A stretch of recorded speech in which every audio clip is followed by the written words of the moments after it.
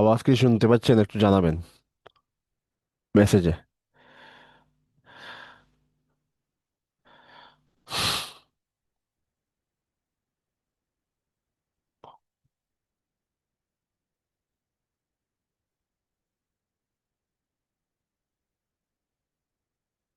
আমার আওয়াজ কি শুনতে পাচ্ছেন? জি, আলহামদুলিল্লাহ।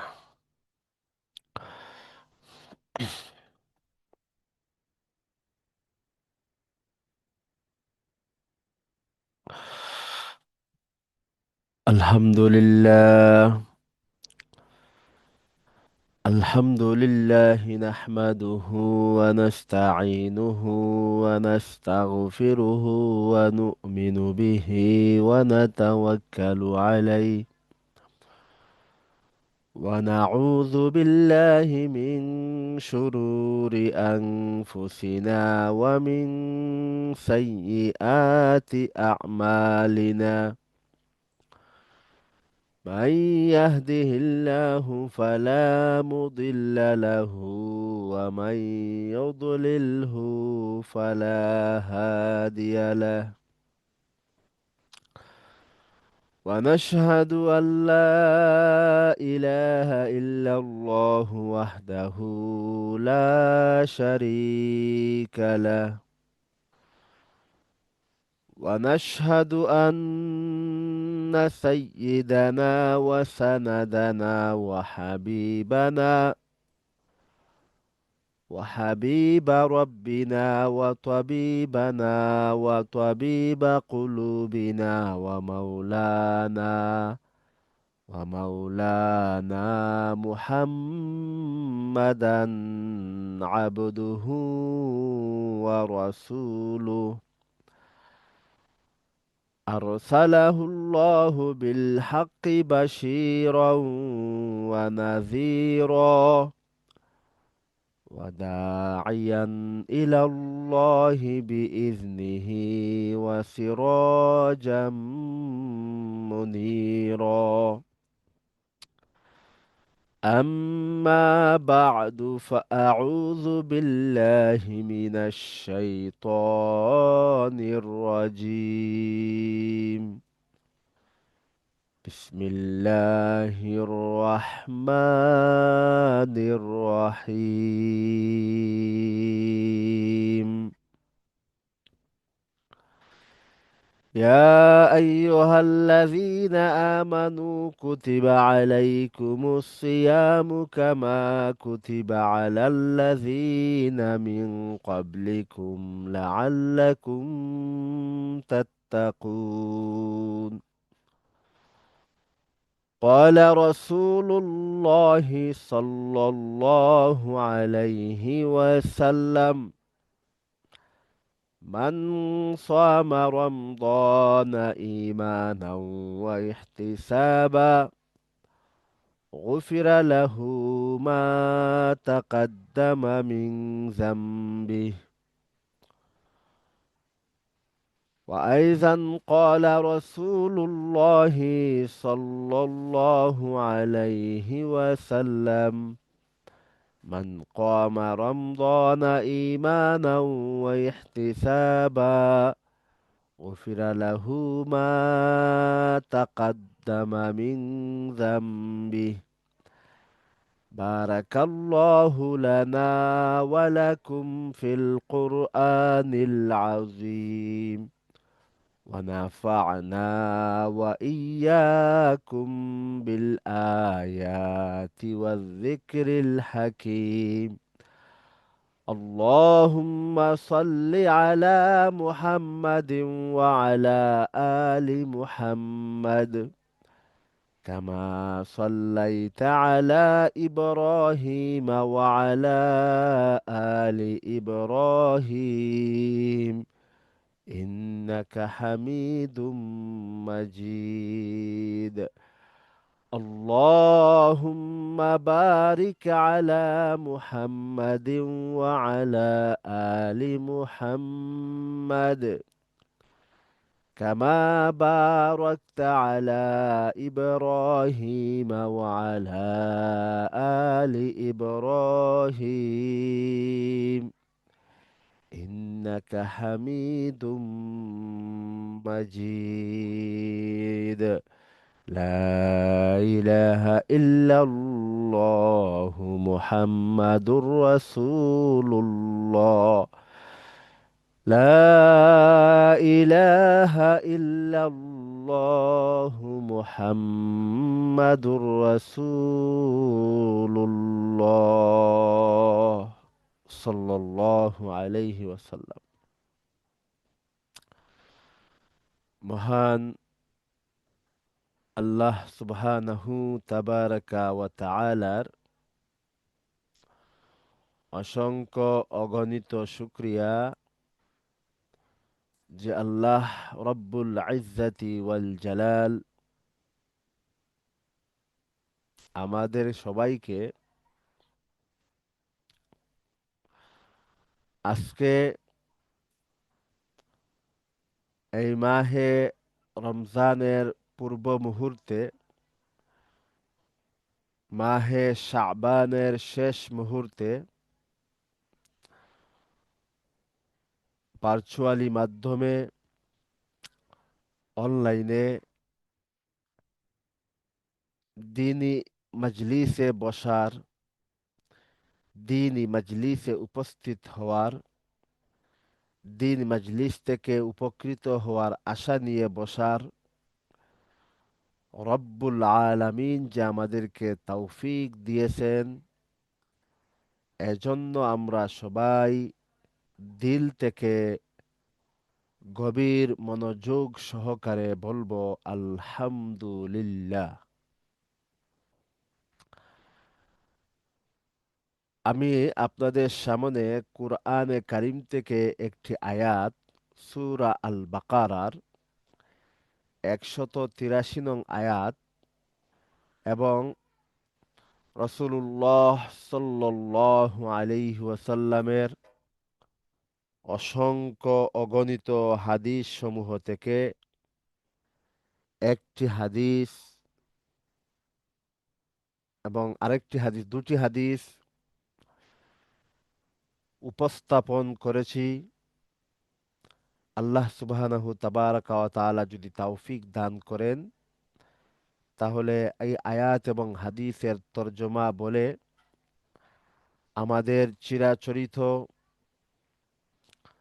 নিয়মিত যেই প্রশ্ন এবং উত্তর নিয়ে অধিবেশন হয়ে থাকে, আমি সেই দিকে চলে যাব। ওমা তৌফিক ইল্লা বিল্লাহ। সুপ্রিয় উপস্থিতি শ্রোতাবৃন্দ, আমার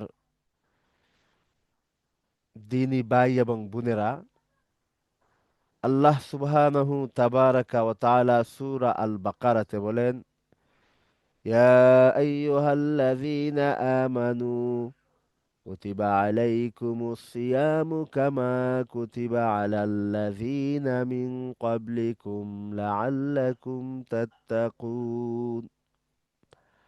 আল্লাহ সুবহানাহু তাবারাকা ওয়া তাআলা বলেন, হে ইমানদারগণ, তোমাদের উপর রোজাকে ফরজ করা হয়েছে যেইভাবে ফরজ করা হয়েছিল তোমাদের পূর্ববর্তী উম্মতদের উপর, লাআল্লাকুম তাত্তাকুন, যাতে তোমরা মুত্তাকি হয়ে যাও, যাতে তোমরা তাকওয়াওয়ালা হয়ে যাও, যাতে তোমাদের মধ্যে আল্লাহর ভয় চলে আসে, যাতে করে তোমাদের অন্তরে আল্লাহর ভীতি চলে আসে, তোমরা মুমিন মুত্তাকি হয়ে যাও। আর এই রোজার দরুন, এই রোজাটি যেন তোমাকে মুত্তাকি বানিয়ে দেয়। এই রোজা যেন তোমাকে সমস্ত পাপ কাজ থেকে বিরত রাখে। এই রোজা যেন সমস্ত অন্যায় অবিচার থেকে তোমাকে দূরে রাখে। এই রোজা যেন শয়তানের পদাঙ্ক অনুসরণে বাধা দেয়। এই রোজা যেন তোমাকে জান্নাতে নিয়ে যায়। এই জন্য আমি এই রোজাকে তোমাদের জন্য ফরজ করে দিয়েছি। আল্লাহ রসুল সাল্লাল্লাহু আলাইহি ওয়াসাল্লামের অসংখ্য অগণিত হাদিস থেকে একটি হাদিস হলো, মান সামা রমাদানা ঈমানাও ওয়া ইহতিসাবা গুফিরা লাহু মা তাকাদ্দামা মিন যামবিহি। রসুল সাল্লাল্লাহু আলাইহি ওয়াসাল্লাম বলেন, যেই ব্যক্তি আল্লাহকে রাজি এবং খুশি করার জন্য, যেই ব্যক্তি আল্লাহর সন্তুষ্টি লাভের আশায়, যেই ব্যক্তি জাহান্নামের ভয়ে, যেই ব্যক্তি জান্নাতের আশায়, যেই ব্যক্তি এই যেন যেই সমস্ত ব্যক্তিরা রোজা রাখবে, অর্থাৎ গুনাহ থেকে বিরত রাখার উদ্দেশ্যে, আল্লাহকে পাওয়ার উদ্দেশ্যে, জাহান্নামের ভয়কে সামনে রেখে জান্নাতের আশাকে সামনে রেখে রোজাটা রাখবে, গুফিরা লাহু মা তাকাদ্দামা মিন যামবিহি, আল্লাহ সুবহানাহু তাবারাকা ওয়া তাআলা ওই ব্যক্তিকে, ওই নর এবং নারীকে তার অতীতের সগীরা, সমস্ত সগীরা গুনাহ মাফ করে দিবেন। এবং আল্লাহ যদি চান, তার রোজাতে আল্লাহ সন্তুষ্ট হয়ে যান, তার রোজাকে আল্লাহ কবুল করে নেন, তাহলে কবিরা গুনাহ পর্যন্ত আল্লাহ মাফ করে দিতে পারেন। অন্য একটি হাদিসে আল্লাহ রসুল সাল্লাল্লাহু আলাইহি ওয়াসাল্লাম বলেন, মান কামা রমাদানা ঈমানাও ওয়া ইহতিসাবা গুফিরা লাহু মা তাকাদ্দামা মিন যামবিহি। যেই ব্যক্তি আল্লাহকে রাজি এবং খুশি করার জন্য রমজান মাসে কিয়াম করবে, অর্থাৎ রাতে তাহাজ্জুদের নামাজ পড়বে এবং তারাবির নামাজ পড়বে, রাত্রের ইবাদত করবে, আল্লাহ সুবহানাহু তাবারাকা ওয়া তাআলা ওই ব্যক্তিরও যাবতীয় গুনাহ মাফ করে দিবেন। এবং আল্লাহ যদি চান, তাহলে তওবা ব্যতীত তার কবিরা গুনাহকেও মাফ করে দিতে পারেন।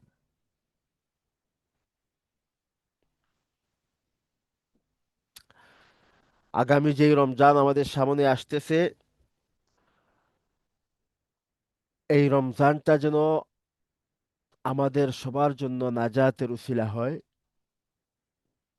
রোজা রেখে যেন অশ্লীল কথাবার্তা, হারাম কাজ, গীবত, শেখায়ত,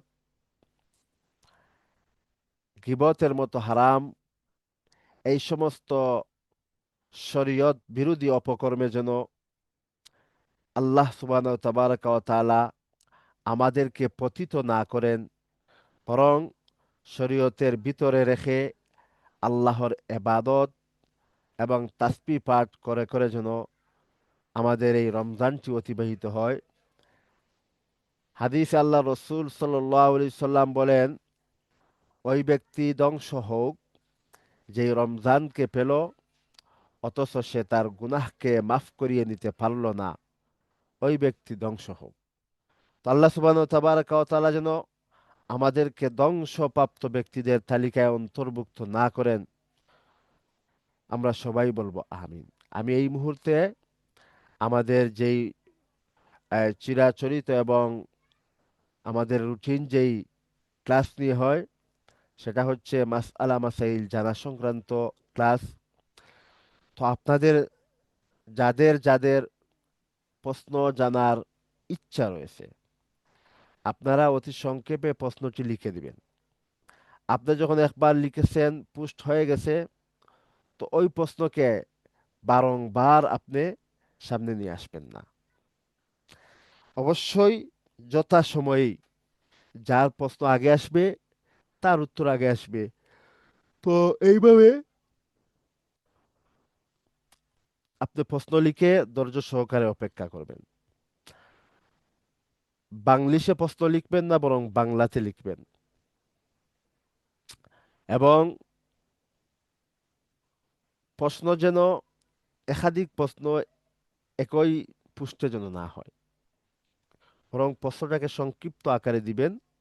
এবং সবচেয়ে বড় জিনিস হচ্ছে আমলের নিয়তে আপনি জানতে চাইবেন।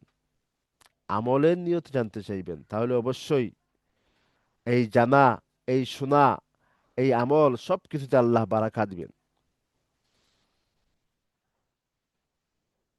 প্রশ্ন: কবরস্থানে একবারের বেশি সালাম দেয়া যাবে? হ্যাঁ, দিতে পারেন, সমস্যা নেই। তবে একবারই যখন দিছেন, পরবর্তী সময়ে তো সালাম দেওয়ার আর কোনো অর্থই হয় না। তো আপনি যখন একবারই দিছেন, তো পরবর্তীতে আর দিবেন না। আর যদি তারপরে যদি কেউ দিয়ে দেয়, তাহলে এক ক্ষেত্রে কিন্তু গুনাহ হবে না। পরবর্তী প্রশ্ন: আসসালামু আলাইকুম। ওয়ালাইকুম আসসালাম ওয়া রাহমাতুল্লাহি ওয়া বারাকাতুহু। আমার মেয়েকে বিয়ে দিছি, তাদের এলাকার নিয়ম, শ্বশুর বাড়ি থেকে যেই কয়জন আসবে তাদের সবাইকে কাফর অথবা টাকা দিয়ে সম্মান করতে হবে, না হলে তারা অনেক রাগ করে, আবার অনেক কষ্ট পায়, আবার এরকম মনে করে যে তাদের অসম্মান হলো। এখন তাদের কিছু দেয়া যাবে কি না? দেখেন, অসম্মানের যেই বিষয়টা, এক্ষেত্রে আপনি বিষয়টা পরিষ্কার করে দিতে পারেন যে আপনি দিচ্ছেন না আপনার আর্থিক সমস্যার দরুন, অথবা আপনি দিচ্ছেন না আহ, হচ্ছে যে এটা বিদআত রুসুম হয়ে যায়, সেই জন্য আপনি দিচ্ছেন না। ওটা ক্লিয়ার করে দিবেন যে আপনাদেরকে আমরা অসম্মানের নিয়তে দিচ্ছি না, এমন না যে আমরা দিচ্ছি না এই জন্য আপনারা অসম্মান বোধ করবেন, এমনটা না। বরং আমাদের অর্থনৈতিক অবস্থা দুর্বল।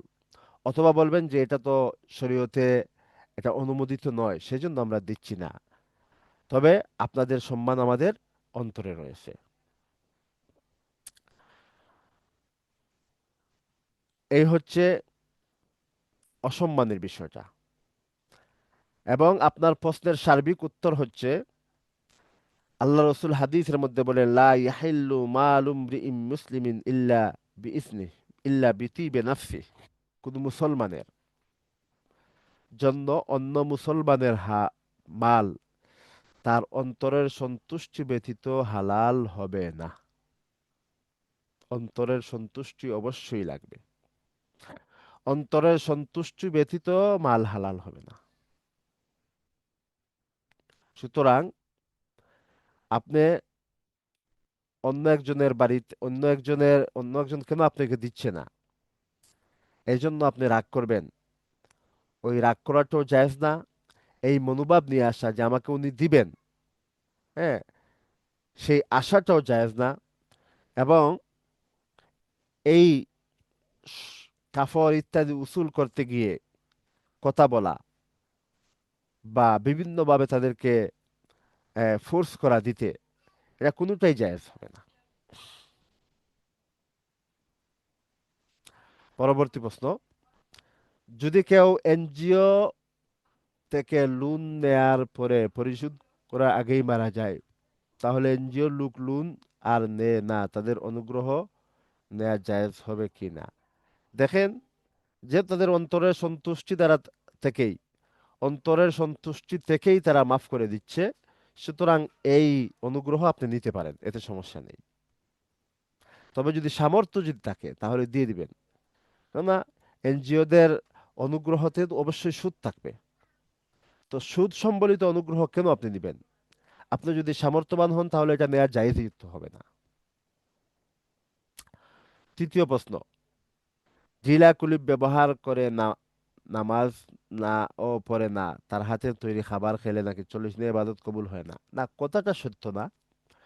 40 দিনের ইবাদত যে কবুল হবে না এমন না। তবে হচ্ছে আপনি ওই ব্যক্তির খাবার খাবেন যেই ব্যক্তি মুত্তাকি, এবং আপনার খাবারটা ওই ব্যক্তি খাবে যিনি মুত্তাকি। আপনি কাউকে দাওয়াত দিবেন, মুত্তাকি দেখে দাওয়াত দিবেন। আল্লাহকে যিনি ভয় করতেছে তাকে দাওয়াত দিবেন। লা ইয়াকুলু তাআমাকা ইল্লা তাকিয়ুন, হাদিসের মধ্যে এসেছে। আল্লাহ রসুল বলতেছেন, তোমার খাবার যেন একজন মুত্তাকি ব্যতীত অন্য কেউ গ্রহণ না করে, না খায়। তো জিলাকুরুপ ব্যবহার না করে নামাজ করে না, নামাজও পড়ে না, তার হাতের তৈরি খাবার খেলে 40 দিনের ইবাদত কবুল হবে না, এই কথাটা সত্য না। পরবর্তী প্রশ্ন: তারাবির নামাজ 8 রাকাত পরে বাকি নামাজ তাহাজ্জুদের সময় পড়া যাবে? দেখেন তারাবির ওয়াক্ত হচ্ছে এশার ওয়াক্ত। তো এই জন্য এশার ওয়াক্তের পরে তারাবির ওয়াক্ত শুরু হয়, এবং সেটা তাহাজ্জুদের তাহাজ্জুদ এবং ফজরের পূর্ব পর্যন্ত থাকে, অর্থাৎ তাহাজ্জুদের সময়ও তারাবির ওয়াক্ত বাকি থাকে। তবে অযথা এক তৃতীয়াংশর বেশি, হুম, মধ্যরাতের বেশি সময় অযথা নামাজকে দেরি করা হচ্ছে মাকরু।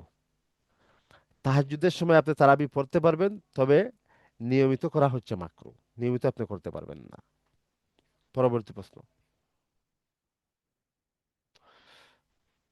উস্তাদ, একজন বিয়ের প্রস্তাব দিয়েছিল কিন্তু বিয়েটা হয়নি, ওই ছেলের আরেক জায়গায় বিয়ে হয়, কিন্তু বিয়ের পরও নক করে হাদিয়া পাঠিয়েছে। প্রশ্ন হচ্ছে হাদিয়াটা কি গ্রহণ করা যাবে? ওই ছেলে এবার একজন যোগ্য আলেম হয়েছেন। দেখেন, এখানে যদি তার উদ্দেশ্য আপনি বুঝতে পারেন যে সে কেন আপনাকে দিচ্ছে হাদিয়া, যদি তার উদ্দেশ্য কোনো হারাম কিছু থাকে, এবং আপনারও বিশ্বাস হয় যে ওই হাদিয়াটা যদি আপনি গ্রহণ করেন তাহলে তার যে চাহিদা, হারাম চাহিদা, সেই চাহিদায় আপনি দুর্বল হয়ে যাবেন, তাহলে ওইটা দেয়া তো জায়েজই না, আপনার জন্য গ্রহণ করাও জায়েজ না।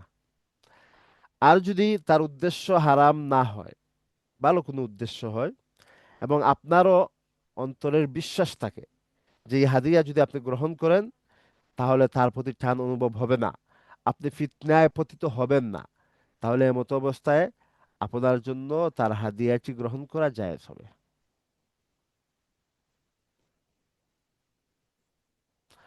পরবর্তী প্রশ্ন। আসসালামু আলাইকুম রহমতুল্লাহ। ওয়ালাইকুম আসসালাম রহমতুল্লাহি ওয়া বারাকাতুহু। উস্তাদ, মুরগি জবাই করার সময় রক্তের ছিটা কাপড়ে লাগলে কি উক্ত কাপড়ে নামাজ হবে? রক্তের ছিটা কি নাপাক? দেখেন, রক্ত নাপাক, সেটা মানুষের রক্ত হোক, কোনো প্রাণীর রক্ত হোক, হারাম, নাজাসুতে গালিজা। এই রক্ত যদি আপনার কাপড় অথবা শরীরে 1 দিরহাম এর বেশি যদি লাগে, তাহলে ওই কাপড় বা শরীর দ্বারা নামাজ হবে না। আপনাকে কি করতে হবে? আপনাকে হচ্ছে যে দৌত করতে হবে, কাপড়কেও দৌত করতে হবে যদি কাপড়ে লেগে থাকে, শরীরকে দৌত করতে হবে যদি শরীরে লেগে থাকে। পরবর্তী প্রশ্ন। মুরগি জবাই করার সময় হাতের উপরে রক্তের ছিটা লেগেছিল, আমি দেখিনি, সামান্য, ওই অবস্থায় নামাজ পড়েছি। সামান্য বলতে যদি 1 দিরহাম সম পরিমাণ হয়, তাহলে আপনার নামাজ হবে না। আর যদি 1 দিরহাম সম পরিমাণ না হয়, তাহলে আপনার নামাজ তো হয়ে যাবে, আপনার নামাজ হয়ে যাবে। আপনার জন্য উত্তম হচ্ছে দৌত করা।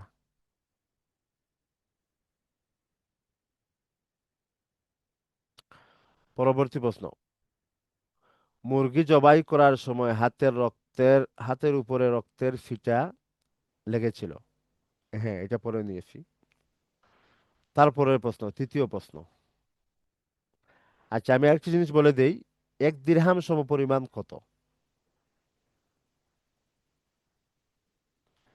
1 দিরহাম সম পরিমাণ হচ্ছে আহ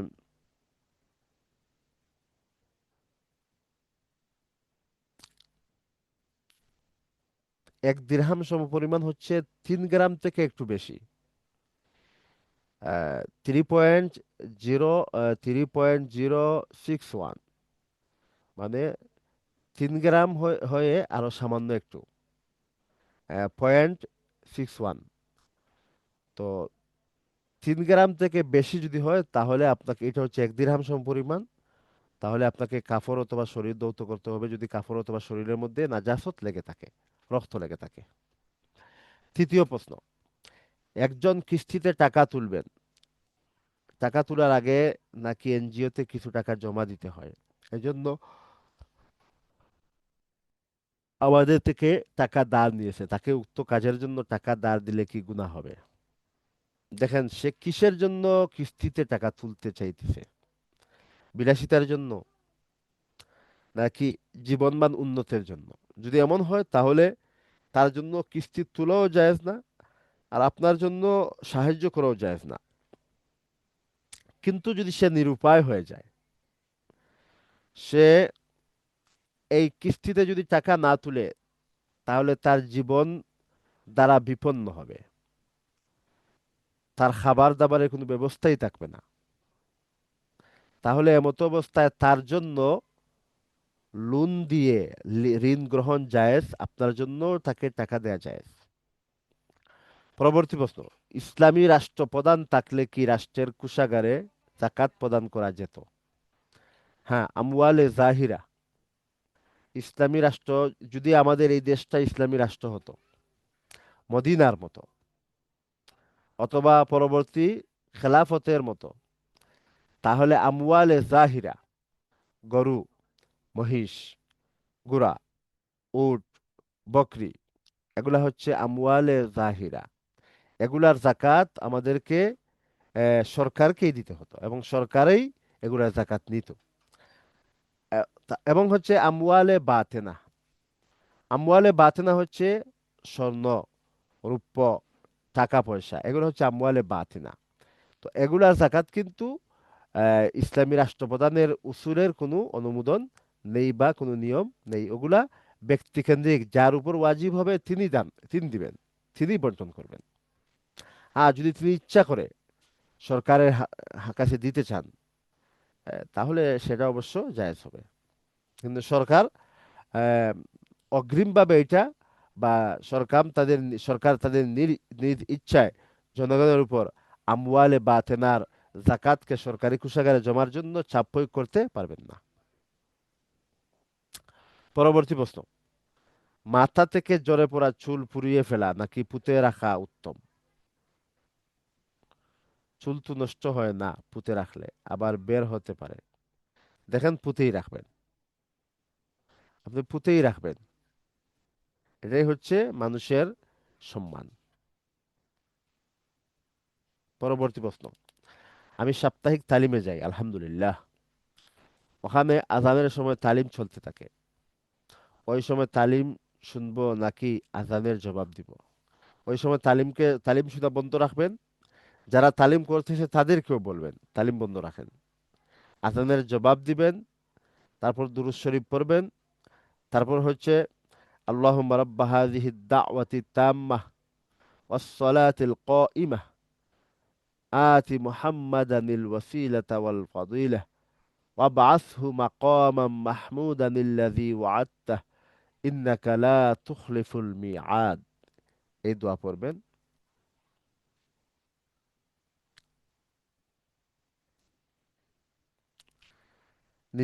নিজে সু- সাপ্তাহিক তালিমকে শোনা বন্ধ রাখবেন, যারা তালিম করাচ্ছেন তাদেরকেও বলবেন, যখন আজান, এবং সেটা যে কোনো আজান হতে পারে, আজান, এই আজানের সময় এগুলা উচিত না।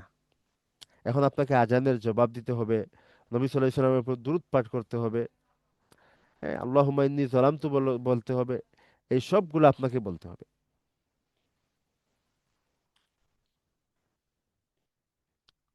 প্রথম প্রশ্ন। পরবর্তী প্রশ্ন, পরবর্তী প্রশ্নের প্রথম প্রশ্ন,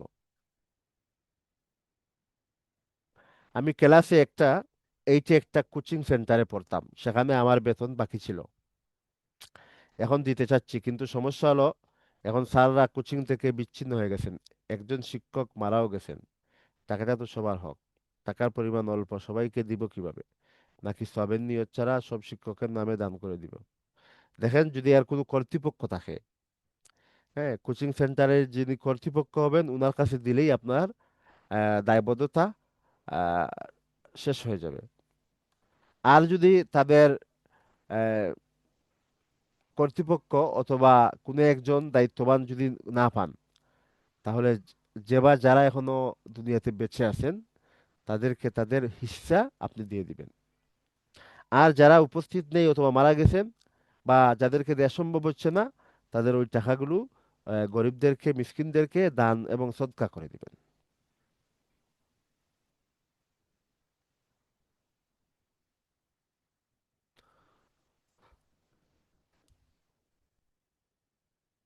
পরবর্তী প্রশ্ন। আসসালামু আলাইকুম। উস্তাদ, ওয়ালাইকুম আসসালাম। আমার মায়ের 8 আনা সোনা, 18 ক্যারেট, 5 ভরি রূপা ছিল। সাথে 2024 সালের 11 সেপ্টেম্বর একটি জমি বিক্রির টাকা প্রায় 75,000 টাকা। 25 সালের 1 সেপ্টেম্বর চন্দ্রবর্ষ বছর পূর্ণ হয়। ওই দিন সোনা রূপার বাজার মূল্য এবং 80% ধরে হিসাব করলে সোনা রূপার মূল্য টাকা হচ্ছে 1,39,57 টাকা। এটার 2.5% করে 3,477 টাকা হয়। দেখেন, এখন কিন্তু 1,39,000-এ জাকাত আসে না।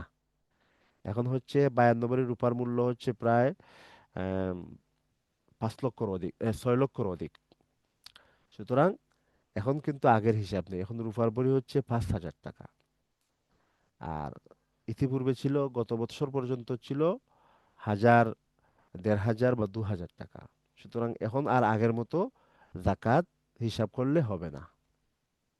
এখন তো সোনা রূপার মূল্য এত বেশি উঠানামা করে, আবার সোনার অনলাইন বাজুসের অন্যরকম মূল্য তালিকা পাওয়া যায়।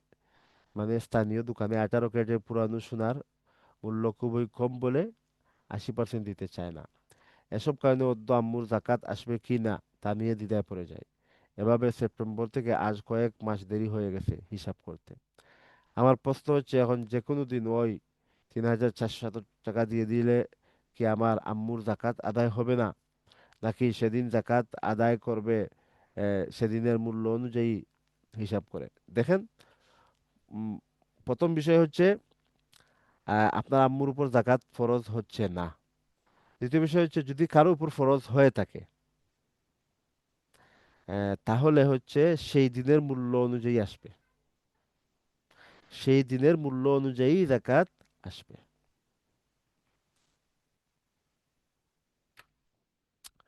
পরবর্তী প্রশ্ন। উস্তাদ, একজন মাওলানা বলেছিলেন যে সালাতুত তাসবিহ যে নামাজ আছে তা নিয়ে নাকি সহিহ হাদিস নাই। হ্যাঁ, এটা ঠিক আছে। এটা হাদিসের যেই কিতাবগুলা সিয়াসিত্তা ওখানে নেই। এটা অন্যভাবে বর্ণিত। তবে যেহেতু ওইটা আমল, আর আমলের বিষয়ে দুর্বল, দুর্বল হাদিসটাও গ্রহণযোগ্য হয়ে থাকে। সুতরাং আপনারা ওটা গ্রহণ করে নেন। অর্থাৎ সালাতুত তাসবিহ যেই নামাজটা আছে, ওই নামাজটা আমল করা যাবে, পড়তে পারবেন। পরবর্তী প্রশ্ন। এখানে কি যে কোনো প্রশ্ন করা যাবে?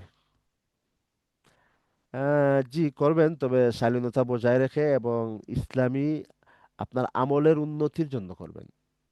অন্য কোনো প্রশ্ন এখানে করা যাবে না। পরবর্তী প্রশ্ন।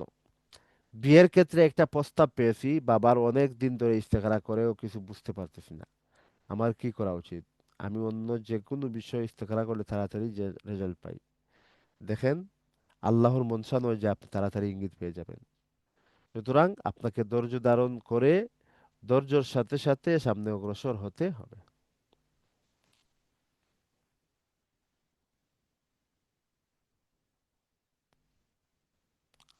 পরবর্তী প্রশ্ন। কেউ যদি বলে আমার জান্নাত নিশ্চিত, আল্লাহ আমাকে জান্নাত দিছে, এমন কথা বা আকীদা কি সঠিক?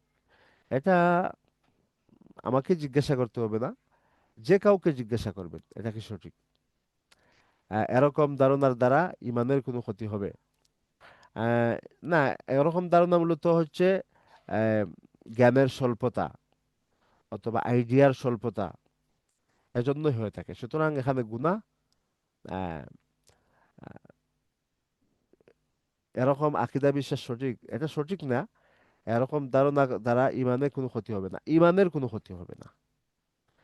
তবে আহ, আপনার এই মনোভাবটা সঠিক না।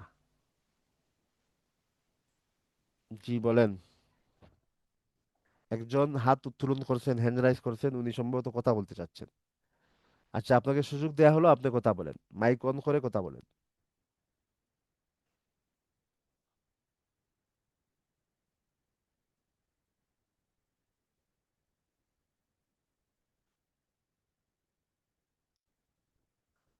আচ্ছা, সম্ভবত উনি ভুলে চলে এসেছে উনি।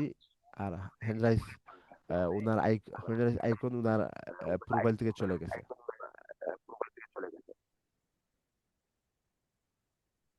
পরবর্তী প্রশ্ন। আসসালামু আলাইকুম উস্তাদ। ছোট বোনের বিয়ের জন্য বড় ভাই কি বড় বোনদের কাছে বিয়ের খরচ দাবি করতে পারবে? ছোট ভাই হোক, বড় ভাই হোক, মা হোক, বাবা হোক, সাহায্য যে যে কেউ যে কারো কাছে চাইতে পারে, সমস্যা নেই। পরবর্তী প্রশ্ন। হুজুর,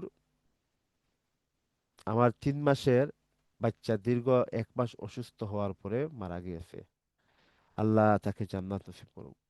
হুজুর, আমার বাচ্চা কি এখন জান্নাতে আছে? জি, অবশ্যই জান্নাতে আছে। আমার বাচ্চা হসপিটালে অনেক সুইয়ের গা খেয়েছে। বাচ্চার কি অনেক কষ্ট হয়েছে? হ্যাঁ, অবশ্যই তার তো কষ্ট হবে। এবং আপনারা তো তার ভালোর জন্য নিয়ে গেছেন। যেহেতু সে দুনিয়াতে নেই এখন আর, তো তার জন্য কান্নাকাটি না করে তার জন্য ইসালে সোয়াবের ব্যবস্থা করবেন, সোয়াব পৌঁছিয়ে দেওয়ার ব্যবস্থা করবেন। আল্লাহ সুবহানাহু তাবারাকা ওয়া তাআলা আপনাদেরকে তৌফিক দান করুক, আমিন।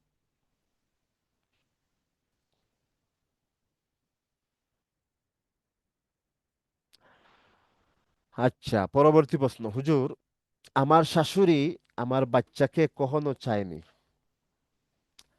বারবার ঝামেলা বলতো। আমার 3 মাসের বাচ্চা মারা গেল। মোটা সোটা বাচ্চাকে মারা যাওয়ার পরে একদম কালো জাদুর পুতুলের মতো হয়েছিল, কঙ্কাল। আমার বাচ্চার গায়ে মাথা ভর্তি সুই এর দাগ, কিছু ক্যানুলার সুই পাওয়াও গিয়েছে। আমার বাচ্চা আহ, নিয়ে শাশুড়ি অনেক ঝামেলা করেছে। উনি কি আমার বাচ্চাকে কালো জাদু করেছিল? এটা বলা যাবে না কে করছে। যদি কিছু করে তাকে পরবর্তী গর্ভে সন্তান আসলে উনার সাথে কিভাবে থাকবো? দেখেন, আপনার যদি উনাকে সন্দেহ হয়, তাহলে হচ্ছে আপনি সূরা নাস এবং সূরা ফালাক প্রতিদিন পড়বেন।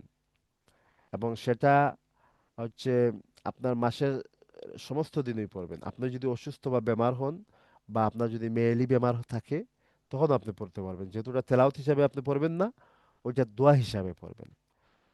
এবং হচ্ছে সূরা হাসরের লাস্ট 3 আয়াত পড়বেন, সূরা বাকারার লাস্ট 2 আয়াত পড়বেন, এবং আউযু বিকালিমাতিল্লাহি তাম্মাতি মিন শাররি মা আজিদু ওয়া উহাযিরু, এইটা পড়বেন। এবং বিশেষভাবে হচ্ছে সূরা নাস এবং ফালাক পড়বেন। ইনশাআল্লাহ শয়তান আপনাদের আম, আর কোনো ক্ষতি করতে পারবে না।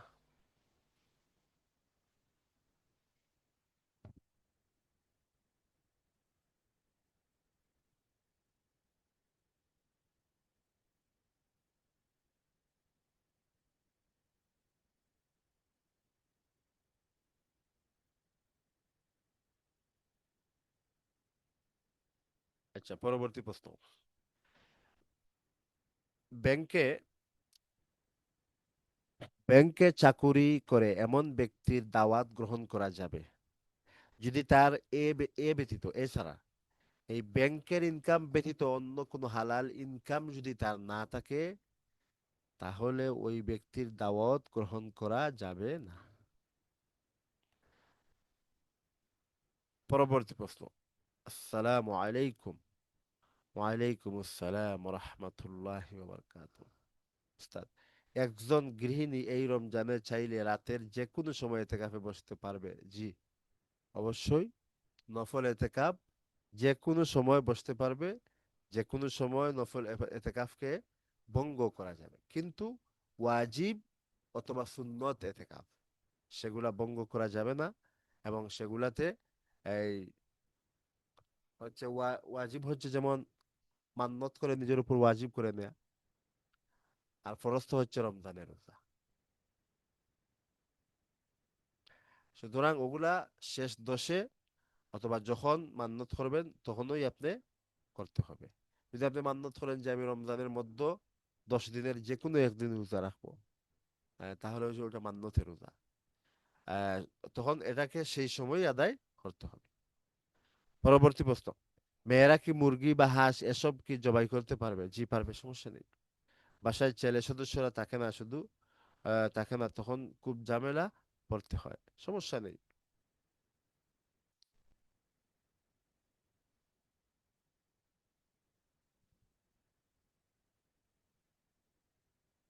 পরবর্তী প্রশ্ন। আসসালামু আলাইকুম উস্তাদ। ওয়ালাইকুম আসসালাম। গত রমজানের লাস্ট বার উমরা করতে গিয়েছিলাম আমার স্বামীর সাথে। উমরাহর সব কাজ শেষ করে আমি হোটেলে চলে যাই। চুল কাটতে মনে ছিল না। তারপর সেখান থেকে আমার বাসস্থান রিয়াদে চলে গেছি। আমার বাসায় যাওয়ার 3 দিন পর মনে পড়ে আমি উমরা শেষ করে চুল কাটিনি। এখন আমার করণীয় কি তা জানতে চাই। দেখেন, হচ্ছে চুল কর্তন হচ্ছে ওয়াজিব, তো ওয়াজিব তরক করেছেন। ওয়াজিব তরক করলে আপনার উপর দম চলে আসবে, অর্থাৎ একটা 1 বছর বয়সের বকরি আপনি আল্লাহর রাস্তায় জবাই করে আপনি গরিব মিসকিনদেরকে বিতরণ।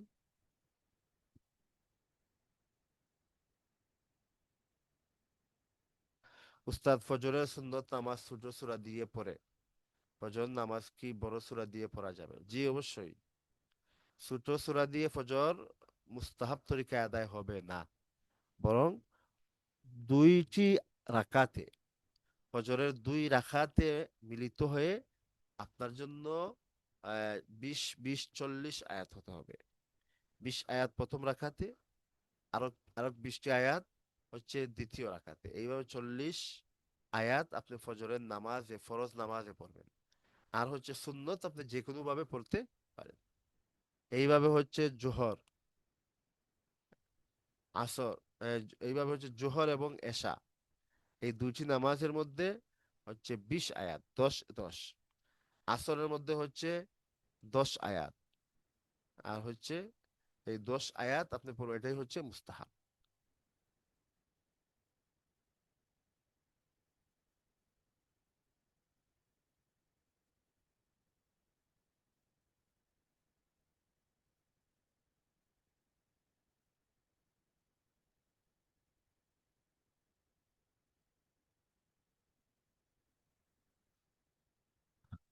আমাদের কাছে যতগুলা প্রশ্ন ছিল আমরা পাঠ করে নিয়েছি এবং সেই প্রশ্নগুলার আলোকে আলোচনার চেষ্টা করেছি। আপনাদেরকে আরো 2 মিনিট দেয়া হলো, 2 মিনিট দেয়া হলো। আপনাদের যাদের প্রশ্ন আছে আপনারা লিখে দেন। 2 মিনিট পর হচ্ছে প্রশ্নের অপশন বন্ধ হয়ে যাবে, তখন আর প্রশ্ন করতে পারবেন না, সুতরাং আপনারা প্রশ্ন করে নিতে পারেন।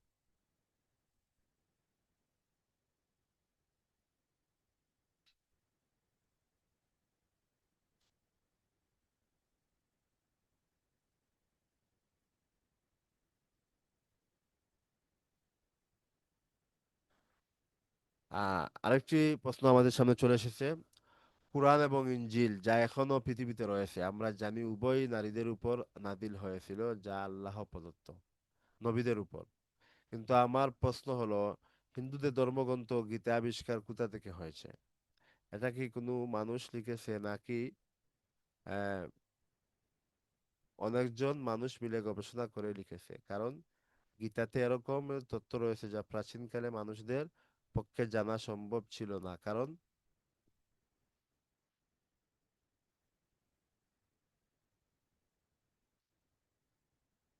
তখনও বিজ্ঞানের আবিষ্কার হয়নি।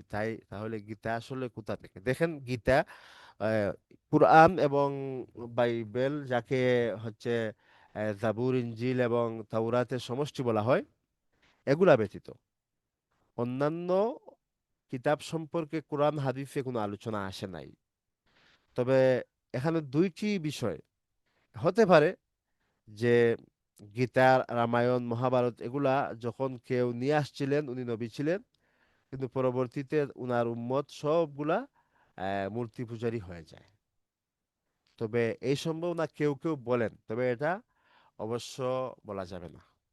আমার দৃষ্টিতে এটা উচিত না, কেননা যে কোনো ধর্ম এইভাবে ব্যতিক্রম হয় না, এইভাবে সম্পূর্ণটা বদলে যায় না। সুতরাং ওই যে তাদের যেই কিতাবগুলা, হিন্দুদের যেই কিতাব, ওগুলা আমাদের দৃষ্টিতে ওগুলো লিখিত, নিজ হাত দ্বারা লিখিত। বৌদ্ধদের ত্রিপিটক, ওগুলো নিজ হাত দ্বারা লিখিত। পরবর্তী প্রশ্ন, পাত্রের বাড়ি অনেক দূরে হলে কি ছবি দেয়া যাবে? জি, দেয়া যাবে, সমস্যা নেই।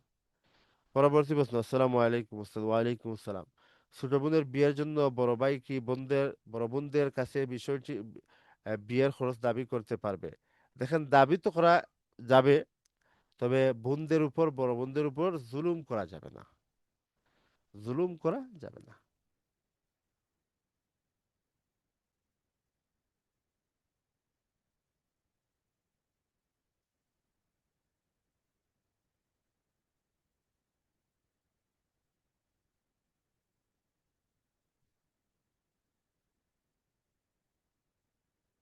পরবর্তী প্রশ্ন,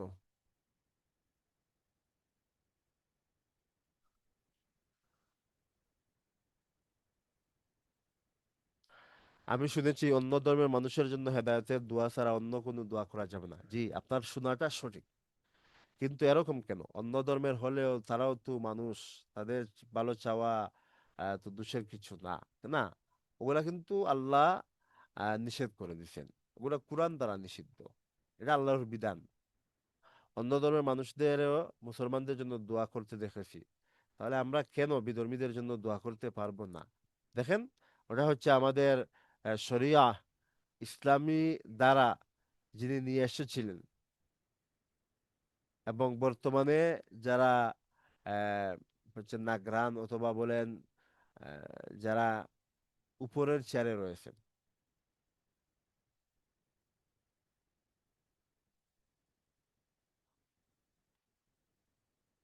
তো মোট কথা হচ্ছে যে অন্য ধর্মের মানুষের জন্য দোয়া করা যাবে না, সেটা কোরআনের বিধান, আল্লাহ এভাবে বলছেন।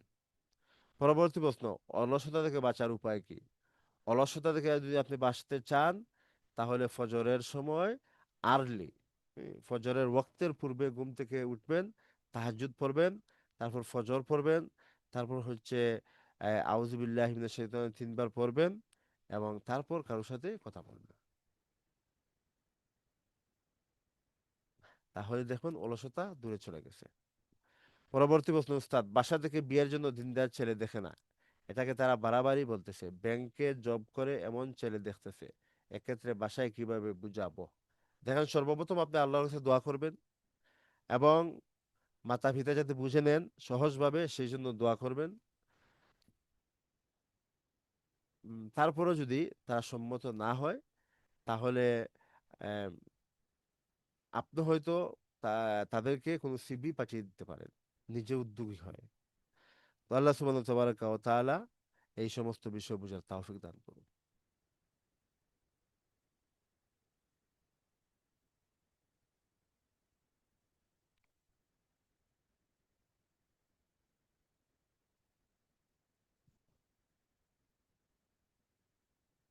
পরবর্তী প্রশ্ন, একাধিক রমজানে পানাহারের কারণে রোজা ভাঙলে কি একটি কাফারা?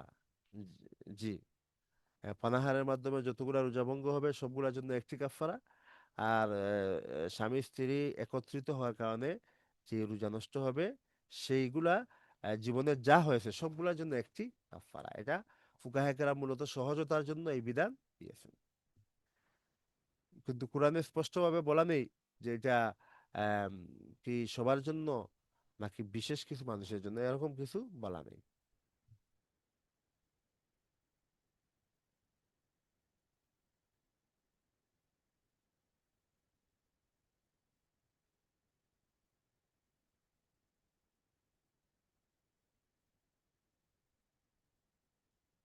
পরবর্তী প্রশ্ন, আমি শুনেছি মুসলমান হয়ে মুসলমান মানুষকে শুধু সালাম দেওয়া যাবে, কিন্তু অন্য ধর্মের মানুষের সাথে আদাব বা কোনো প্রকার গ্রিটিং আদান প্রদান করা যাবে না।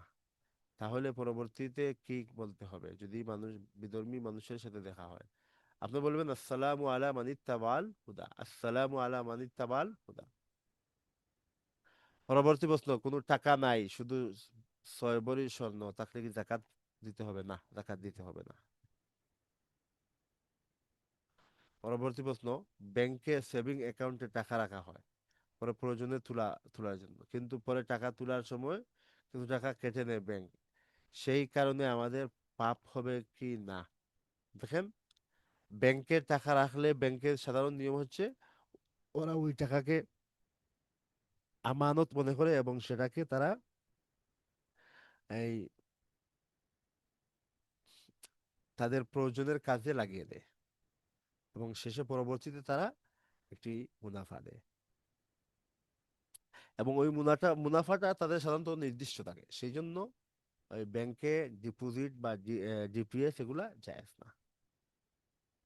পরবর্তী প্রশ্ন, শেয়ার মার্কেট ইনভেস্টমেন্ট করা হালাল না হারাম? যে কোনো কোম্পানির শেয়ারের কিনে রেখে পরে বেশি দামে বিক্রি করা। যদি শেয়ার কেনা যায় তাহলে কেনার আগে কোনো কোনো বিষয় খেয়াল রেখে কিনতে হবে। দেখেন, এখানে প্রথম হচ্ছে যেই কোম্পানির মালটা কিনছেন সেই মালটা হালাল না হারাম সেটা দেখবেন। দ্বিতীয় বিষয় হচ্ছে তাদের বিজনেস ব্যতীত তাদের এমনি কি জায়গা জমি এগুলা রয়েছে। তৃতীয় বিষয়টা হচ্ছে এই যে শেয়ার ব্যবসা ওগুলা ক্রয়ের পর 3 দিনের পূর্বে আপনি বিক্রি করতে পারবেন না। এই সবগুলা যদি পাওয়া যায় তাহলে অবশ্যই শেয়ার ব্যবসা জায়েজ হবে।